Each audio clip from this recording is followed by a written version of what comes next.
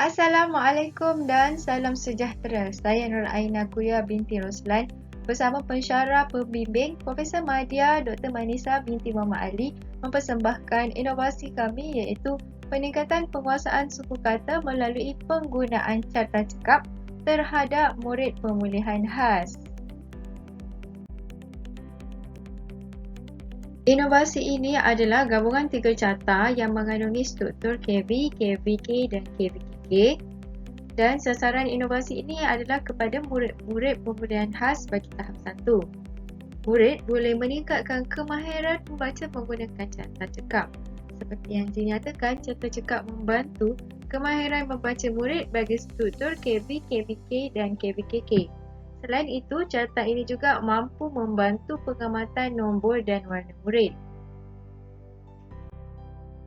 Inovasi ini mengandungi 4 bahan iaitu bahan yang pertama, bahan A, carta cekap. 3 carta dengan suku kata terpilih iaitu carta 1, 95 suku kata KV terpilih. Untuk carta 2, sebanyak 105 suku kata KVK yang terpilih. Manakala untuk carta 3, sebanyak 45 suku kata KVKK terpilih. Setiap petak diwakili dengan petunjuk warna tersendiri. Untuk petak B adalah untuk petak berwarna biru, petak K kuning, M merah, H hijau dan seterusnya. P adalah untuk petak yang berwarna putih. Setiap petak warna bagi setiap carta diwakili dengan petunjuk nombor tersendiri. B1, K1, M1, H1 dan P1 adalah petunjuk bagi carta yang satu. Manakala B2, K2, M2, H2, P2 adalah petunjuk warna bagi carta 2. B3, K3, M3, H3 dan P3 adalah petunjuk warna bagi carta 3. Setiap petak mengandungi nombor yang tersendiri. Seterusnya, petak warna biru dan petak kuning boleh digabungkan bersama dengan carta yang sama serta mempunyai perwakilan nombor yang sama. Petak biru adalah petak suku kata yang pertama dan diikuti dengan petak kuning adalah suku kata yang kedua untuk nombor yang sama. Sebagai contoh, kita lihat di sini. Nombor 1 untuk warna biru adalah BA bar dan digabungkan juga dengan nombor 1 kuning adalah JUJ. Maka dengan itu B1, B11, K11 adalah baju. Seterusnya, petak merah dan petak hijau digabungkan bersama dengan carta yang berlainan tetapi mempunyai perwakilan nombor yang sama. Petak merah adalah suku kata pertama dan diikuti petak hijau adalah suku kata yang kedua untuk nombor yang sama. Sebagai contoh di bawah, kita lihat untuk carta 1 kita pilih FIV untuk nombor 1 bagi petak merah, manakala LEM adalah untuk carta kedua bagi petak bernombor 1 untuk suku kata KVK.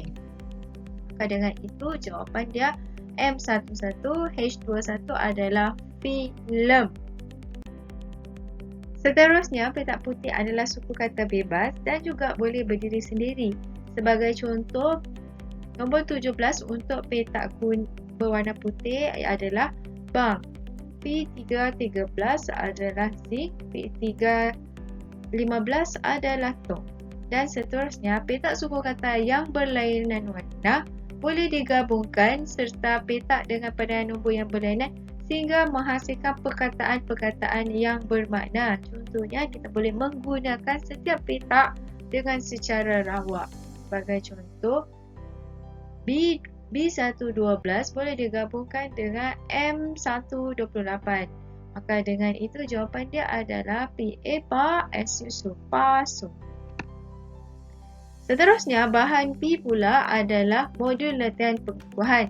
Latihan pengukuhan pembinaan perkataan melalui carta cekap dan sebanyak 25 latihan pengukuhan terdapat dalam modul latihan pengukuhan. Bahan yang ketiga bagi inovasi ini adalah bahan C iaitu daftar kata. Sebanyak 1015 daftar kata, suku kata dan perkataan yang terhasil daripada carta cekap. Daftar kata ini untuk rujukan guru. Dan Bahan yang terakhir adalah bahan D, iaitu Manual Pengguna Inovasi. Manual ini mengandungi panduan lengkap keseluruhan cara menggunakan inovasi dengan lebih jelas. Ciri utama inovasi carta cekap adalah yang pertama, mudah dibawa, saiz eteri yang sesuai digunakan untuk murid tahap 1, boleh dilaksanakan secara individu atau berpasangan, kos yang rendah, gabungan suku kata, warna dan nombor, dilengkapi dengan modul latihan, daftar kata dan manual penggunaan. Seterusnya, carta ini juga mengandungi petunjuk penguasaan carta cekap. Apa yang baru tentang inovasi ini adalah inovasi ini membantu memudahkan murid menguasai 25 daripada 32 kemahiran membaca di dalam pemulihan khas bagi subjek Bahasa Malaysia. Penggunaan warna dan nombor juga dilihat mampu membantu penguasaan kemahiran suku kata murid, dan carta ini boleh digunakan secara terasing ataupun serentak. Sebagai contoh, carta 1 bagi suku kata KVK boleh digunakan secara terasing. Untuk B1, 1, K11, jawapannya adalah baju.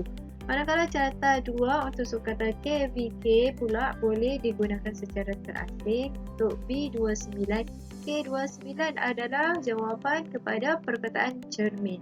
Untuk carta 3, suku kata KVKK, B32 dan K23 adalah kangkung.